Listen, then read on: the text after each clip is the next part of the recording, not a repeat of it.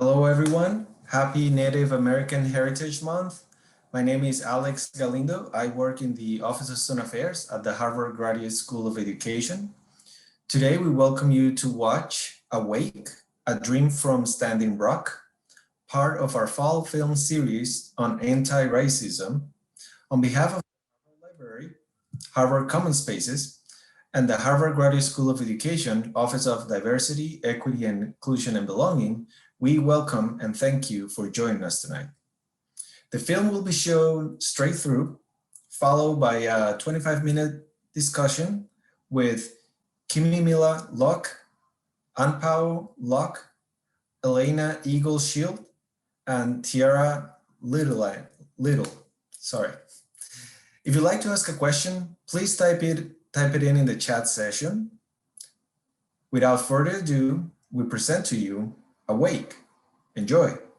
Why don't we start with Anpo and Kimimila? You want to introduce yourselves and say a little something about yourselves? Hi,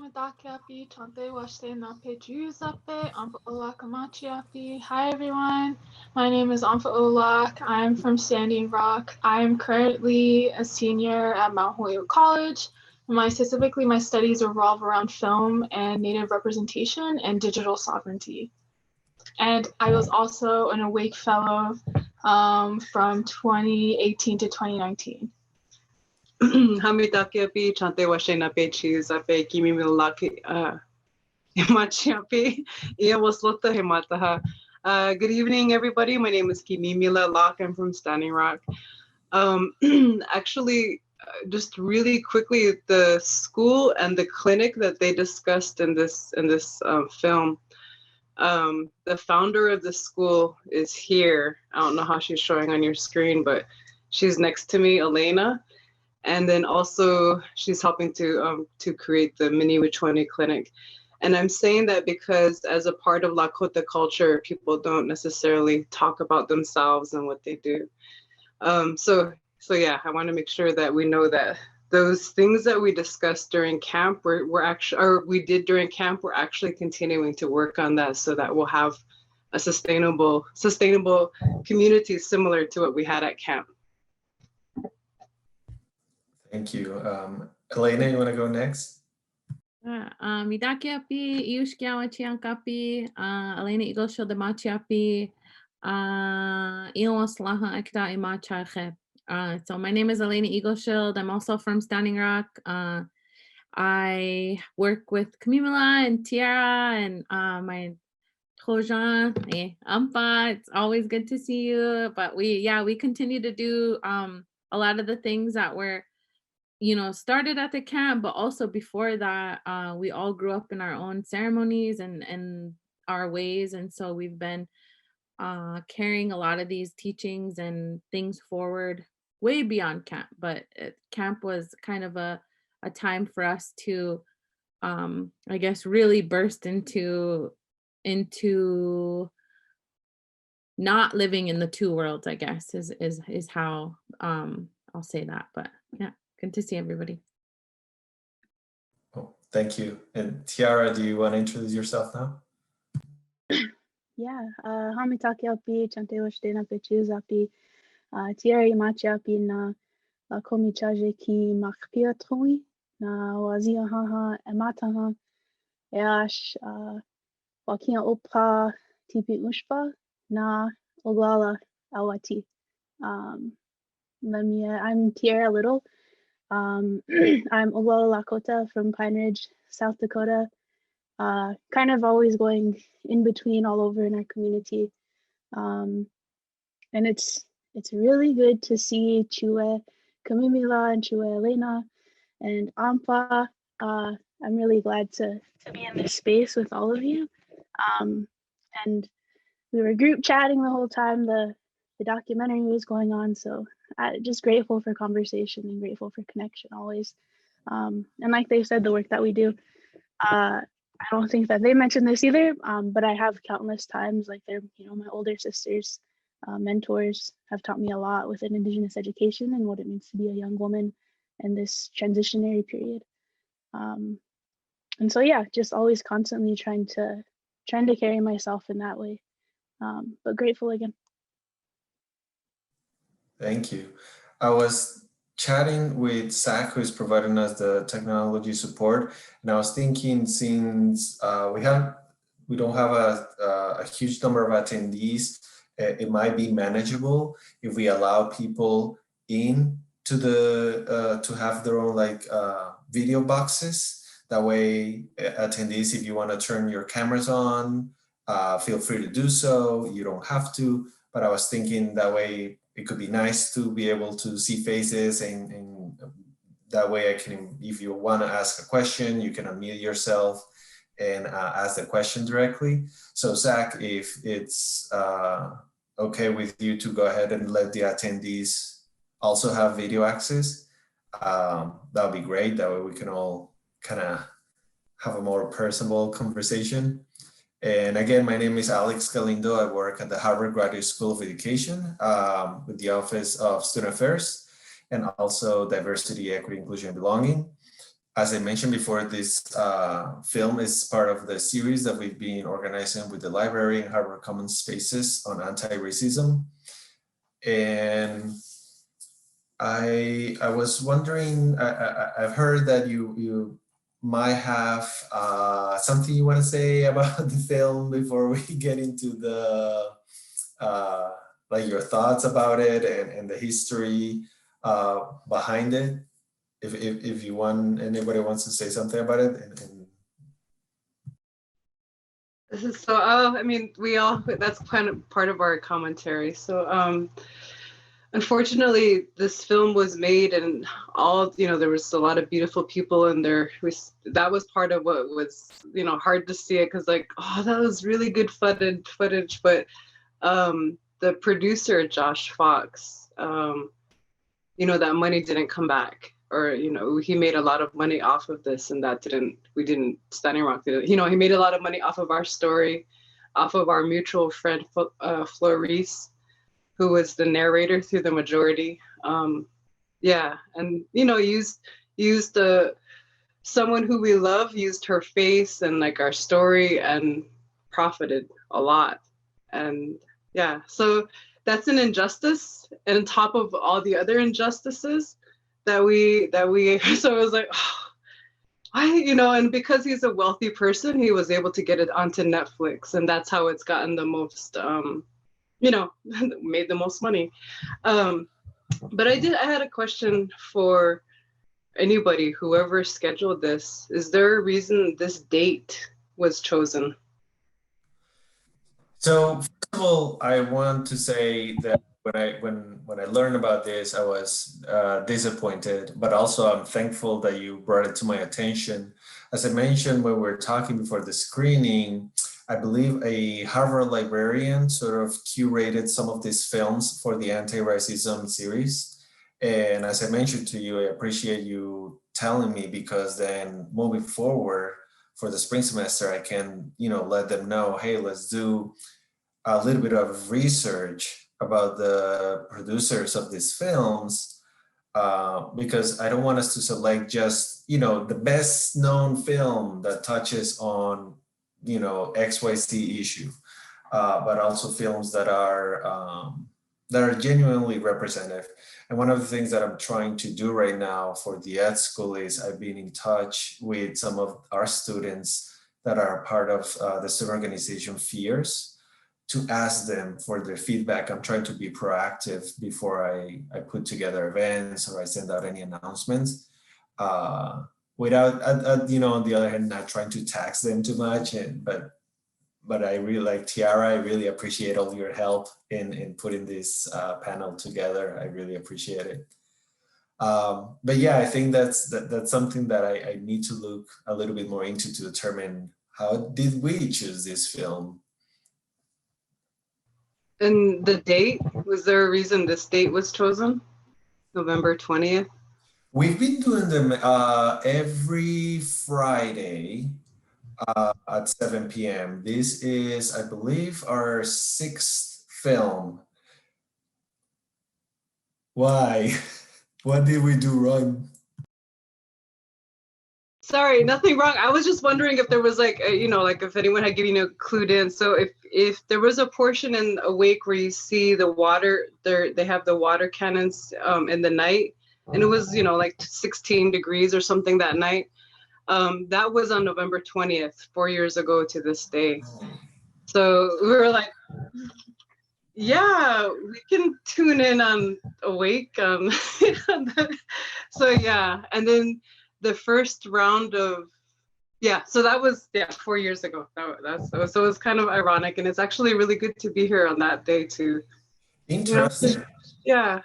Perhaps there was some intention in that. I know that we were celebrating Native American Heritage Month this month, and I'm communicating next week that on Thursday we're observing National Day of Mourning. Although I saw in the film some people calling it Survivor's Day. So now I'm gonna have to look into what is the right name that I have to use for that. But moving into thoughts about the film, Abno, I was looking into you. You are currently majoring in film studies. Am I correct? I was curious to hear your thoughts about the sort of, as we're talking about the accuracy of the depiction of what happened, and from your lens now that you're majoring in film studies, do you feel like this was a fair portrayal of what happened? Because I think sometimes people think that documentaries are biased, and to me this just felt so genuine and so like it really, like very emotional too, obviously. So I just want to hear your thoughts on it. I would say that, I think it's a pretty accurate portrayal of what happened. It didn't necessarily shed away from all the horrific things that were done to my community as well, it's really hard to see, but I think it's the truth that needs to go out there. And I think that's mostly due to the narrator, Florrie Swipel. And I think you can tell that her heart and her soul really went into that. And I think that's, or when we think about digital sovereignty, we want to control our narrative. And I feel like you can definitely tell that she had an influence. She definitely used her voice to create this. And I think that's made from her, which is really interesting considering when we're talking about Josh Fox, who is a white director, and like doing this, it's really interesting seeing how it's so important for us Indigenous people to control our narrative, because then we can have actions like this, even though it could be co-opted by white people for fame, greed, or money. But yeah.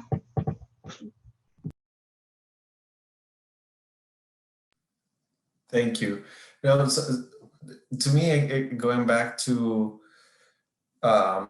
sort of like how genuine everything felt, how raw and emotional. For me, there were a lot of ups and downs. I was angry, I was sad, then I was hopeful. And so I was wondering, and Alayna or Tiarra, feel free to jump in too. How do you all feel right now? Are you feeling mostly hopeful now that there seems to be hopefully a change in the political climate towards a more maybe not, I don't know if pro-Native American, but at least pro climate change, hopefully White House soon.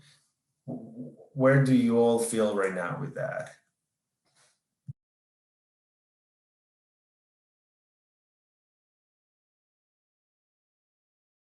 I can start.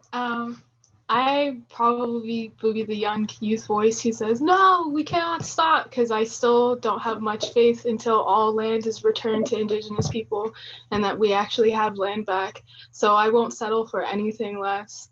And even though we may have a Democratic president next term, that doesn't necessarily mean our work will stop, and it doesn't mean we won't keep fighting.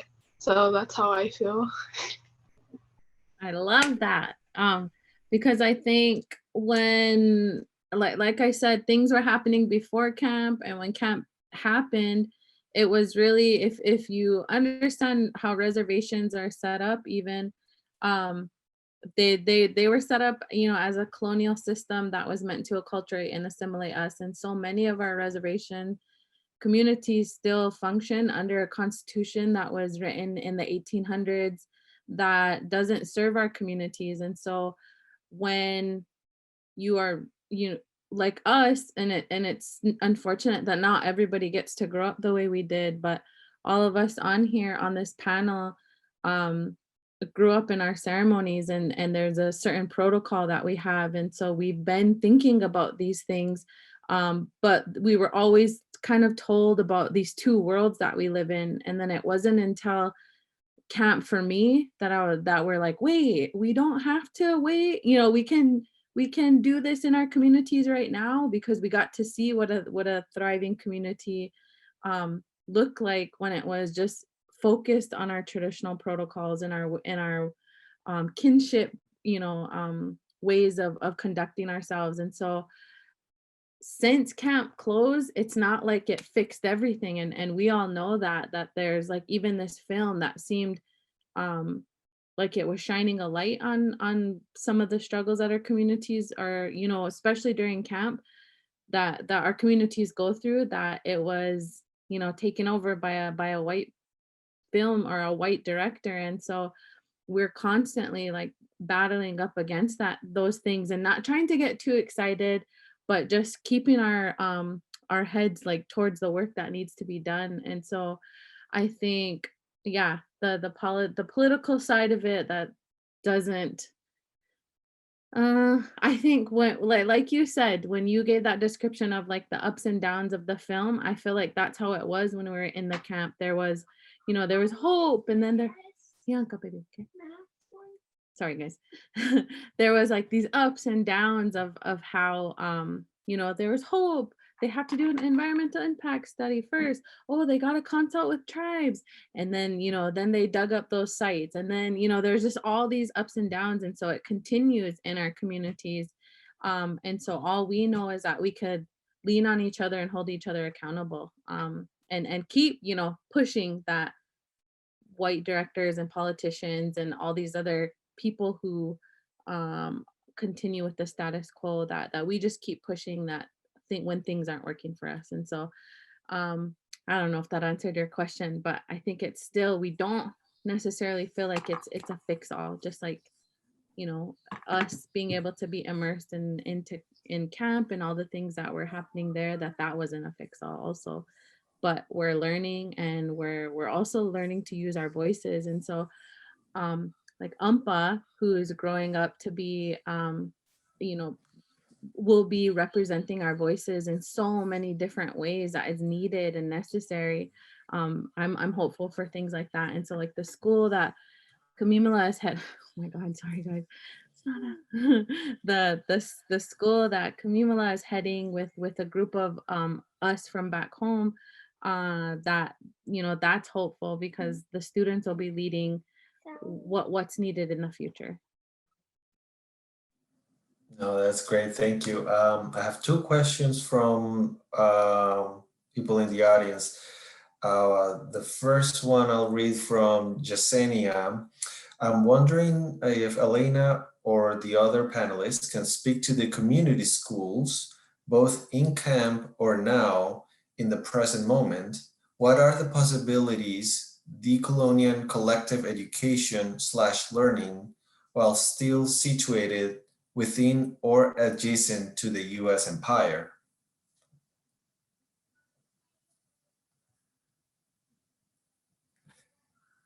That's a big question.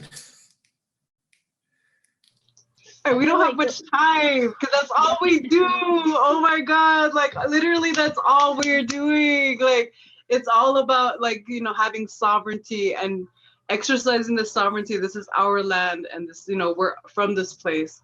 So it's, you know, just taking this really radical shift that we experienced when at camp, where it's recognizing the nobility of each person, the nobility of our, our connection to the past, the present, to the stars, to Mitaku Iwasi, to we're all connected from the same universe. And it's recognizing that Hochoka, which is, like every person has we're all the center of the universe. So we're all powerful beings. Like it's funny, I was just literally just telling my younger sisters, like, hey, we're all magical, but we are, so, and it was taking that whole power dynamic in education, where only if you've advanced through these educational structures that are imposed upon us from an outside system, from a conquering system, from a colonized structure, only if you're able to code switch and to manage your way through these, through all these systems, then you're deemed, the one to decide what other people's kids should know. And and it's like, anyway, let me stop. But I can go on and on. Like that's my colonizer voice. That's how I saw it. So it's like taking that the intrinsic nobility of each person, recognizing that and saying that this person knows why they're here, and they know why they chose to be here right now. Let's honor that, and let's just support that and provide that education for them. I don't know if I answered your question, but I can go rounds and rounds on this. Yeah. No, I think that's great. I love that. And that's something that that came across to me, how spiritual everything was and is, from the wood that they were chopping for fire, and how there's like a strong sense of spirituality and community, and to this point of education and learning within or adjacent to the US empire. As an immigrant, I'm doing a lot of work to unlearn all of my US history, all of the things that they taught me, because I realize how wrong everything is.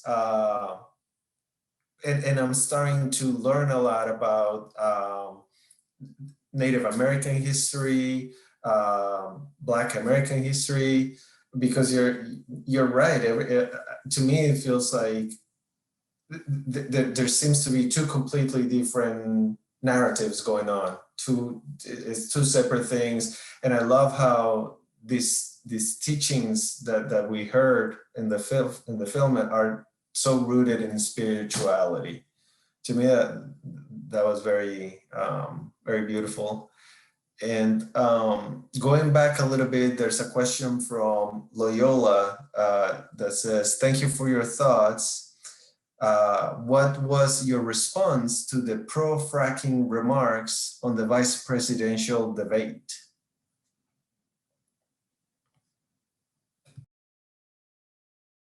Does anyone have any thoughts?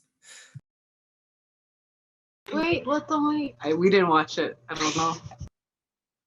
That's fine.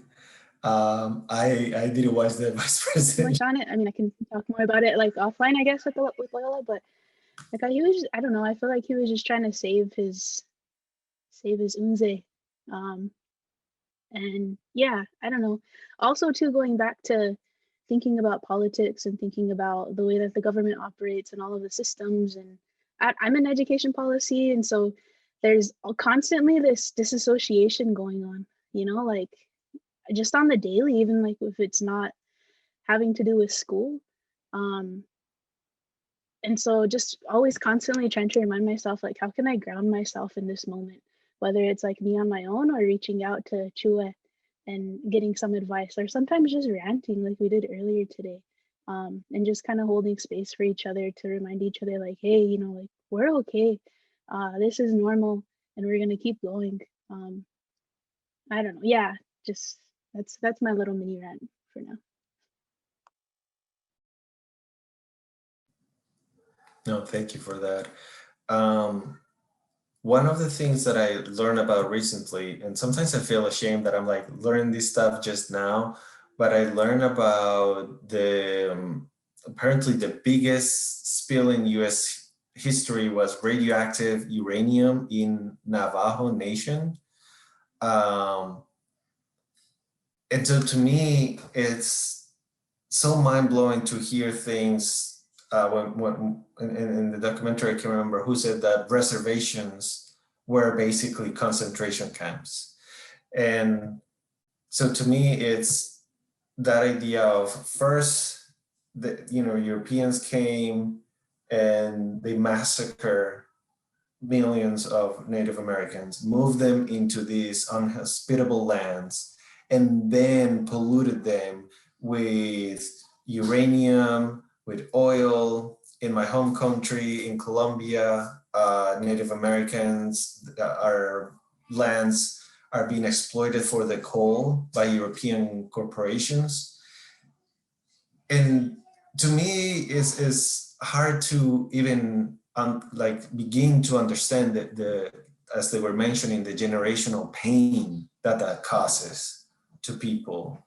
And I was wondering if you would be willing to share your thoughts on how does that generational pain feels, and what do you do to heal it, to overcome that trauma, that post-traumatic stress disorder that is being, from generations? Ole, I think that's a super loaded question, and it's continual. Like, we constantly have to lean to to each other, to our ceremonies, to our kinship systems. So we all claim what we all, Tiarra is saying, calling us chue, that's for older sister, as a female would say that. And all of us have adopted each other, and we've taken each other as family, and it doesn't need to be blood, it's strong, and so the kinship systems have been really important for us to be rebuilding those strengths and healing practices again, because it's continual. Like when we talked about earlier that there's so many things that we didn't know. Same with us, that there was laws that gave us like blood quantum, and then our Black relatives, the 1 drop rule. And so the system of the United States, when it was stole our land, when it was first popped up out of nowhere, that they did things by design to pit us all against each other. And so I think continuously trying to figure out how to become relatives again, not with just each other either, but like Kimimila said earlier, Midakwe Oasi means we're all related, or all my relatives. And that's talking about, the land. So we're continuously healing the traumas that we carry, that we don't even know that we carry from our grandparents. Like for me, for instance, I have relatives who were pardoned from the Dakota 38, and they had, it was a mass hanging from President Lincoln, who, issued this mass hanging, and my a relative on my dad's side was pardoned, and they forced him to claim that he was saved by Jesus, by the church. And so that's how he ended up getting pardoned. And so, and not only on my dad's side, like my mom's side, my mom ended up going to boarding school, not by choice. By then it was not when they were taking families anymore. It was where our communities were pushed to the limits of poverty, where it was out of necessity, for our kids to be going to boarding schools, because our families were just, so much into the generational trauma, continuing to heal from it. And so even though I'm in a time, and Ampa's in a time now where we, are free to practice our language, it's safe now, that it's still something that we have to constantly work at and struggle, to do daily, because it's just wasn't taught to us. And it's in our communities, we're all still healing in how we support each other, and coming back to our ways, and coming back to each other. And so, yeah, it's a super loaded question. It's continual.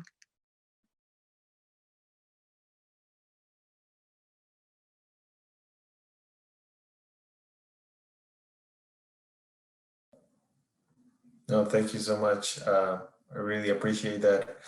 As we come to a closing, we don't have to, I guess, like necessarily close with messages of hope, but I was wondering if you had any sort of like final thoughts, a message that you would like to convey to people as you know, as we move into this next chapter of hopefully improving our society and this nation as we transition away. I think, at least I'm hopeful, from this current administration into a more progressive era, if you will.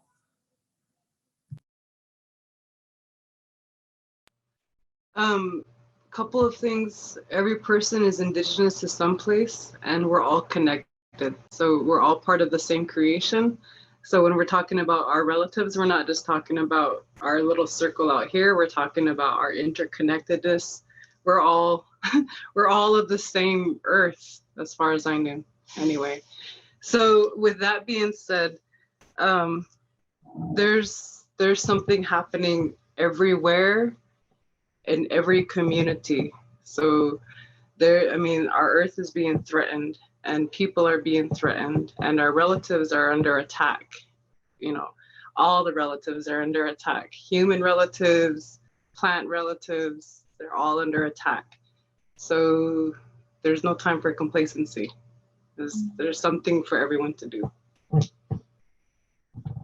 think on that same note, just continually trying to figure out your role in whatever situation it is. And I'm still constantly trying to figure that out. My role changes, whether like from family to school, class to class, project to project, and just whatever circle you're in at the time. Just trying to fill in the gaps continually, like where am I best, where can I best help out? Where am I needed right now? And like, when should I step back and let somebody else in? When's the best time to teach a young person? So I constantly think about my younger siblings and my nieces and nephews, and not just like by blood either, but just, you know, what does your role look like in your community, and then how does that translate? And I just think that's a common thread, no matter where you go, and that in itself is a reminder and an affirmation to support your relatives, even if it looks a little different than you originally expected. And I think really checking what your intentions are in anything you do, you know, whether it's going to school, talking to somebody, getting involved in politics, whatever that is. I think really checking your intentions and being mindful of where you are in your land, or in space, I guess, because as you could see that there, you know, were so many people that were flooding here that were indigenous, but not necessarily indigenous to this land. And so how can they, you know, have been good relatives to our communities? And a lot of them were, but a lot of them weren't. And so I think just really thinking about what your intentions are, how you can work with people whose land you're on, even if you are indigenous, that you still have to be a good relative on other people's lands. And I think I had one more, but that's it. Yeah.